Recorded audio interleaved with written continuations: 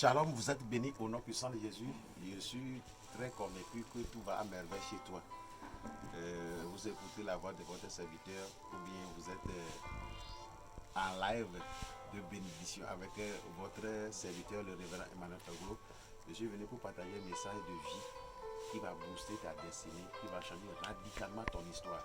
Nous allons lire dans le livre de Josué, chapitre 1, le verset 8 à 9. Amen. Oui. Josué 1, verset 8 à 9.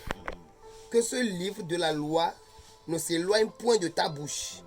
Médite-le jour et nuit pour agir fidèlement selon tout ce qui y est écrit. Car c'est alors que tu auras du succès dans tes entreprises. C'est alors que tu réussiras. Ne t'ai-je pas donné cet ordre? Fortifie-toi et prends courage. Ne t'effraie point et ne t'épouvante point. Amen. Car l'Éternel, ton Dieu, est avec toi Amen. dans tout ce que tu entreprendras. Amen. Seigneur, merci parce que ta parole prend toujours effet. Amen. Et vous voyez dans ce passage que moi je vais te prêcher. Je suis venu pour méditer, venir aller puiser la sagesse de Dieu dans la parole de Dieu. Quand je dis aller méditer la bonne nouvelle, c'est d'aller voir d'abord comment Dieu réfléchit, comment il fonctionne.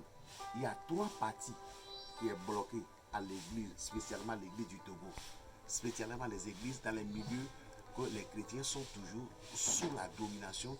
Il ne fait que demander de gauche à droite. C'est à cause de ça qu'on ne peut pas nous respecter. C'est quoi?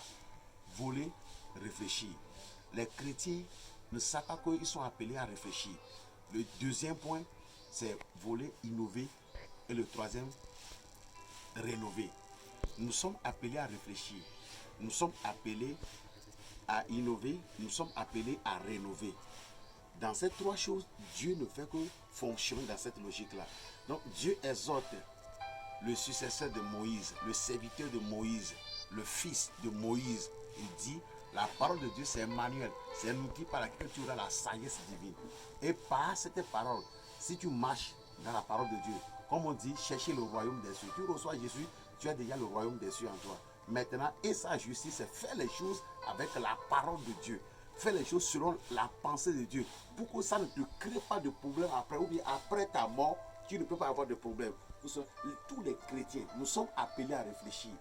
Nous sommes appelés à réfléchir et non pas se soucier. On ne nous a pas appelés pour se soucier. Non, on est appelés à réfléchir sur les situations. Nous sommes les donateurs de solutions. Nous sommes les pourvoyeurs. Nous sommes la banque surnaturelle dans ce monde. Moi aussi, je suis dedans. Toi qui vas voir cette vidéo, tu es aussi dedans. Réfléchis. Vois qu'est-ce que tu peux créer.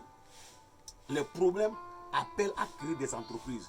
C'est les problèmes qui nous appellent à créer des entreprises. C'est les problèmes qui nous appellent à donner la solution en tant que la lumière du monde. Je prie pour l'église du Togo, pour l'église de l'Afrique, que l'évangile qu'on nous a donné, il y a une partie que l'Esprit de Dieu va nous aider à révéler. C'est ça, le Seigneur m'a envoyé pour partager avec toi.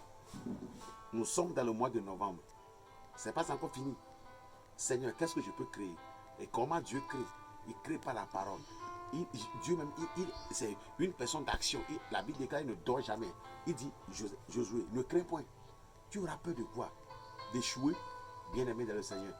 Dieu même a créé Adam qui a échoué. Ça veut dire que Dieu n'a pas bien fait? Non, c'est un processus. Le succès, c'est une vie. Le succès, c'est une course.